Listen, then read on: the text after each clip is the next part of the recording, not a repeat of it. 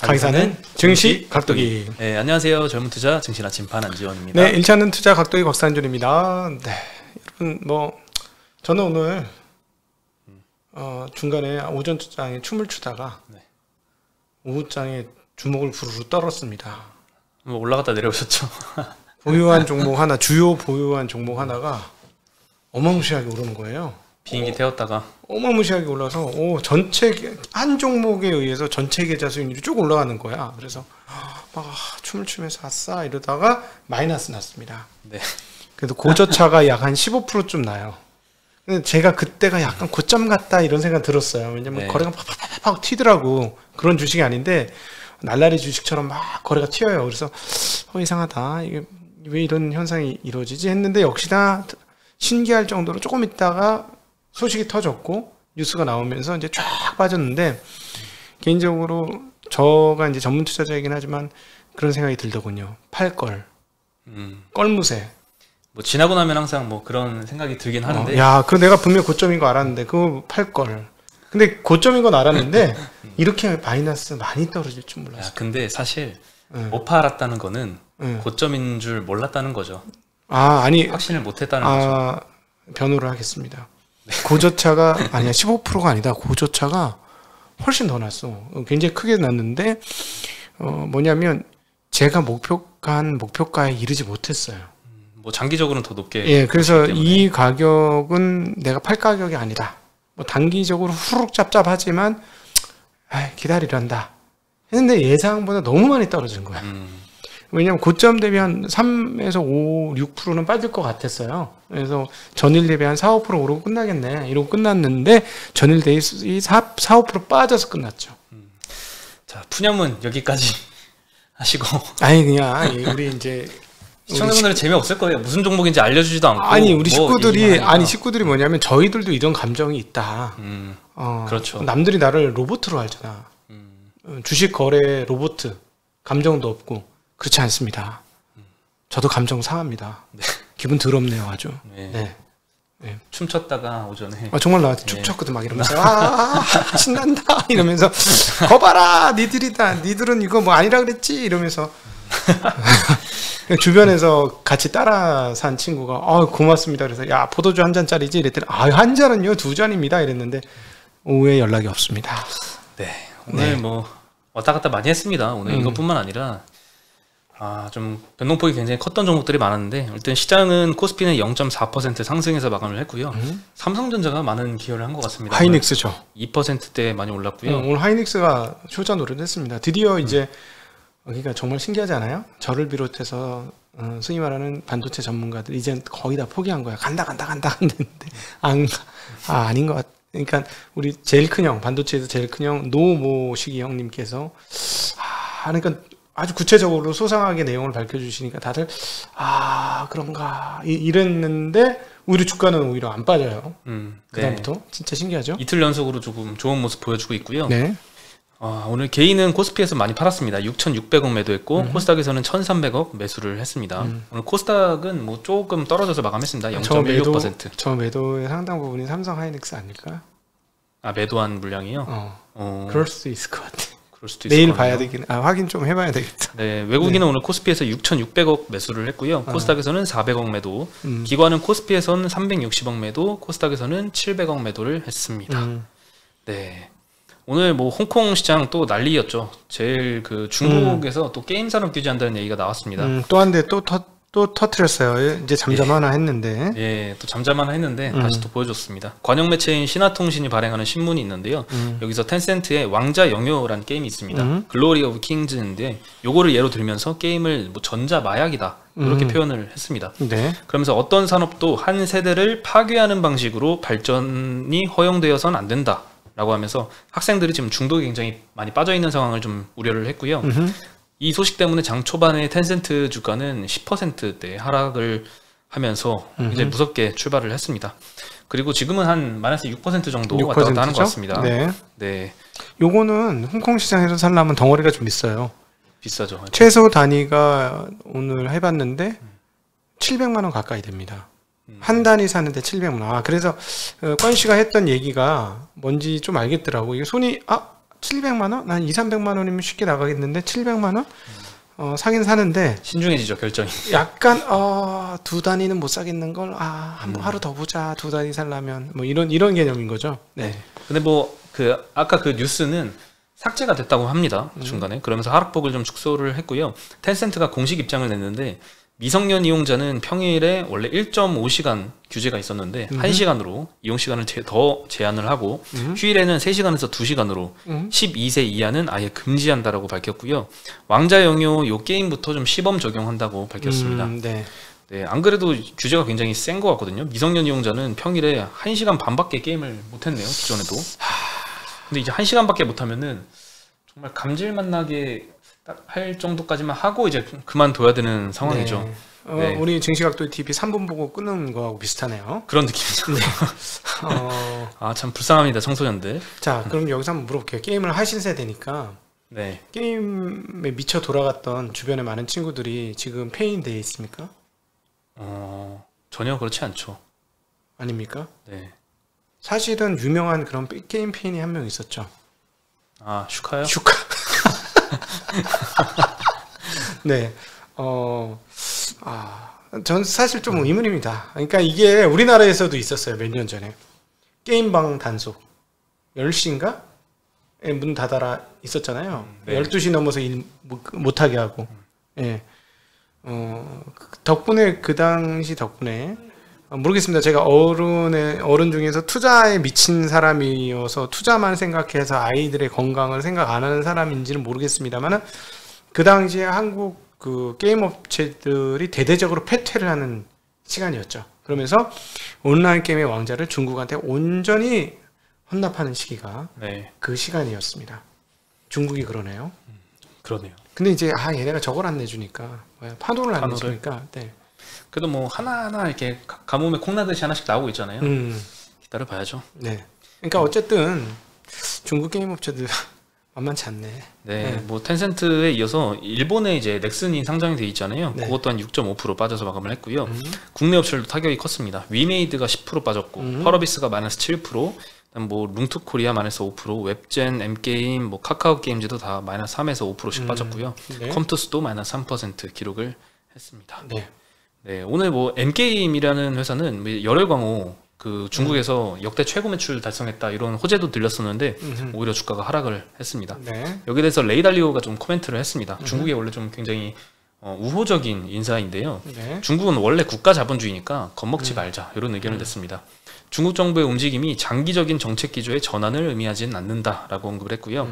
중국 정책 기반자는 자본시장이 중국 인민 대부분에게 최선인 방안을 회방 놓지 못하게 할 것이다라고 언급을 했습니다. 최근에 중국이 플랫폼 업체들 규제를 한다고 했다가 또 미국 그 증권거래위원회가 또 정보 공개 많이 안 하면 이제 상장 안 시키겠다 이런 얘기하면서 또 수그리는 모습을 좀 보였거든요. 그러다가 또 이렇게 게임 규제 때문에 시장의 폭락을 야기를 하니까 또 굉장히 이거 혼란스럽습니다. 시장이. 여기에 대해서도 레이달리오는 이런 꿈틀거림을 기조 변화로 오해해서는 안 된다라고 언급을 했습니다. 설정 잘했네요. 국가 자본주의. 맞는 표현이죠. 국가 자본주의. 네. 한국도 초기 산업화 시점에 국가 자본주의라고 표현하는 게 적당할 때가 있었습니다. 우리 대한민국 무역사에서 읽어보시면 보시면 알겠습니다만 저희 각도 TV의 재생 목록 중에 있습니다. 박정희 시대나 그 다음 시대나 이렇게 보면 국가 자본주의의 경향이 굉장히 강했고 지금도 상당 부분 그런 것들이 숨어 있는 부분이 상당히 많습니다. 정부가 뭘 이렇게 딱 해서 시작하면 된다 이런 생각이 강하죠. 근데 저희 한국은 그래도 많이 지금 변화하고 있는 거죠. 네. 그래서 국내 게임주들이 오늘 많이 좀 하락을 했는데요. 오늘 청약 마감일이었던 크래프톤 있잖아요. 아직 뭐 마감 경쟁률이 얼마인지 모르겠으나 2시 기준으로는 6.5대 1 기록을 했다고 합니다. 아무래도 오늘 그 중국 게임에 대한 규제가 영향을 많이 끼쳤겠죠. 크래프톤도 이 배틀그라운드 게임 하나로 비중이 굉장히 큰데 중국의 로열티 수익이 차지하는 비중이 한 70% 되는 회사라서 중국의 의존도가 높습니다. 그렇지. 네, 텐센트하고도 많이 연계가 있고요. 이거 한 번 시작하면 1시간 안에 안 끝날 건데. 저도 안 해봐서 잘 모르겠지만 네. 1시간이면 너무 부족하죠. 게임 하는 사람들한테는. 네. 그리고 이제 또 멀티플 고평가 논란도 좀 있었는데요. 한번 조정이 있었죠. 기존에는 이제 멀티플이 88배였던 디즈니 그리고 38배였던 워너뮤직 그룹을 포함을 피어 그룹으로 비교 대상 그룹으로 포함을 시켰었는데 요거에 대해서 고평가 논란이 일어서 이들 기업을 제외하고 카카오 게임즈와 펄어비스를 추가해서 재산정을 했고 결국 44배를 적용한 적정 시가총액 29조 원을 산출을 했고요. 네. 그래도 좀 비싸 보인다는 의견도 있긴 합니다. 네, 그리고 근데 뭐 장 외에서는 이거보다 높은 한 50만 원대의 거래가 되고 있더라고요. 네. 그리고 8월 10일에 코스피에 상장할 예정이고요. 오늘 그 크래프톤 경쟁률이 좀 예상보다 안 나오다 보니까 여러 창투사 업체들도 주가가 오늘 많이 빠져서 마감을 했습니다. 다 막 3에서 뭐 최대 9%씩 하락을 했습니다. 네. 네, 그리고 오스템 임플란트의 질주는 멈추지가 않습니다. 중국 시장을 잘 개척해서 오늘 중국 얘기가 계속 나오네. 여기도 결국 중국 시장을 잘 개척해서 그런 거 아닙니까? 네, 그렇죠. 사상 최고치 경신을 했고요. 저번에 이거 가지고 이빨 관련주라고 했다가 많은 비판이 있었는데 치아 관련주로 수정을 하겠습니다. 네. 네. 상승 이유는 실적이었습니다. 2분기에 매출과 영업이익이 각각 43%, 45%씩 증가를 했고요. 해외 매출이 굉장히 성장 속도가 빠릅니다. 러시아가 매출이 전년 동기 대비 151% 증가, 미국이 100% 증가, 중국이 한 40% 가까이 증가를 하고 있고요. 덴티움도 오늘 리포트가 나왔습니다. IBK 증권에서 나왔는데 한국과 중국에서 마켓쉐어가 2위인데 중국과 러시아 수출 실적은 특히나 꾸준히 늘고 있고 하반기에도 성장세가 이어질 것이다. 그러면서 뭐 치아 관련주들 오늘 대체로 선방을 했습니다. 그렇죠. 네, 이제 한국의 의학 관련 이거는 의료기기라고 표현해야 되나? 그렇죠. 이런 의료 하드웨어 잘해요.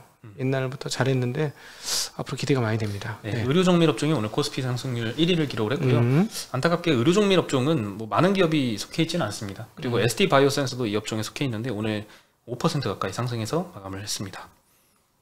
그리고 삼성전자가 2.65% 올랐고요. 하이닉스가 3.5% 올랐고요. 네, 많이 올랐어요. 네, DB하이텍도 어저께 이어서 2.8%나 올랐습니다. 일단 뭐 미국 반도체 업체들 주가가 어저께 굉장히 좋았고요. 네. 그리고 반도체 수출 어저께 굉장히 호조세를 보였죠. 네, 무섭게 7월까지도 기저효과가 좀 사라진 것 같은 7월까지도 실적이 굉장히 잘 나온 것 같고요. 이재용 부회장도 사면 기대감이 굉장히 높아졌습니다. 8월 13일이었나요? 아마 거의 사면이 거의 된다 식으로도 법무부에서 검토를 하고 있는 것 같습니다. 네. 네, 그리고 오늘 SM 관련주들이 굉장히 좋았습니다. 자회사들 중에 뭐 상한가 친 것도 있고 20% 넘게 상승한 것도 있는데요. 네. SM 지금 인수 전에 기존에 있었던 카카오엔터뿐만 아니라 CJ도 뛰어들었다고 합니다. 매각 대상은 이수만 프로듀서의 보유 지분 18.7% 정도이고요. 이베스트 안진아 연구원에 따르면 SM 지분 인수를 두고 카카오엔터와 CJ ENM이 경쟁을 했을 때 인수 규모가 한 2조 5천억에서 4조 원 정도임을 감안을 하면 주가 업사이드가 한 60% 이상 최소한 가능하다. 그리고 뭐 주가는 그러면 한 10만 원 이상까지도 보고 있는 것 같습니다. 지금이 한 6만 원대거든요. 네. 이미 연초 대비 한 2배 올랐는데 2배가 더 오를 수 있다고 이런 얘기였습니다. 기존 SM 주가는 이제 자회사 부진이 좀 리스크였는데요. 카카오엔터나 CJENM은 기존에 갖고 있던 미디어 사업과도 시너지가 가능해 보입니다. SM은 4월 달에 이제 100% 자회사인 SM 스튜디오스를 설립을 했고요. 그리고 원래 SM이 갖고 있던 자회사들, 뭐 SM CNC, 키이스트, SM 라이프 디자인 이런 지분들 전량을 SM 스튜디오스에 현물 출자를 했습니다. 네. 그래서 이들이 이제 손자 회사가 된 거죠. SM 그 아래 SM 스튜디오스 그 아래 뭐 키이스트, SM CNC, SM 디자인들 포진이 되어 있고요. 네. 오늘 SM이 4% 상승했고 SM CNC는 상한가를 기록을 했습니다. SM 디자인도 22% 올랐고요. 그리고 SM CNC 지분을 23% 갖고 있는 게 SK텔레콤입니다. 여기도 오늘 1.3% 올랐습니다. 네. 네, 그리고 BTS 버터라는 노래가 좋죠. 10주 연속으로 빌보드 메인 싱글 차트 핫100 1위를 기록을 했다라고 합니다. 네, 기존 기록이 8주였는데 요걸 뛰어넘어서 최장 기간 올해는 1위를 기록을 했습니다.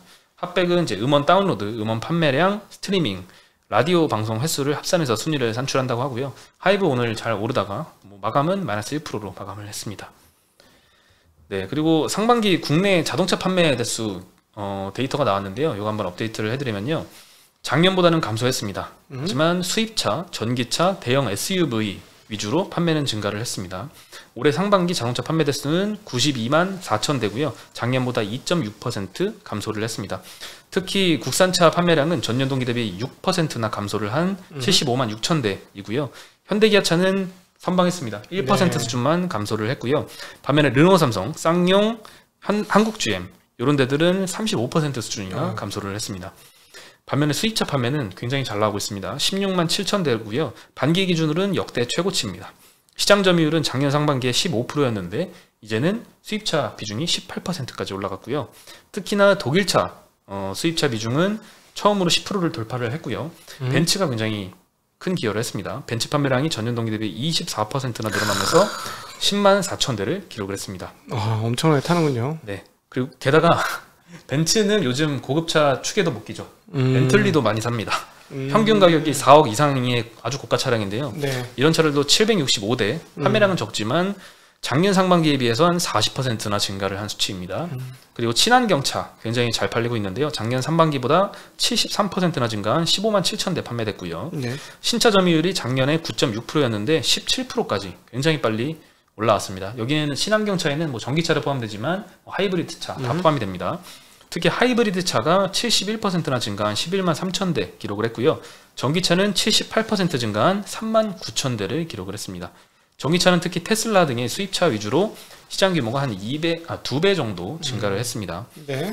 점유율이 작년에는 2.3%였는데 어제 또 말씀드렸죠. 4.3%까지 국내 시장에서는 이 전기차 비중이 4.3%까지 올라왔습니다. 2배니까 아주 극적으로 올라오고 있는 거죠. 네, 참고로 글로벌 전기차 시장 점유율은 한 6.8%까지 올라온 상황이고요. 근데도 빠르게 올라오고 있고. 중국을 빼면 상당히 줄어들 거예요, 우리나라처럼. 네, 중국 많이 높죠. 네.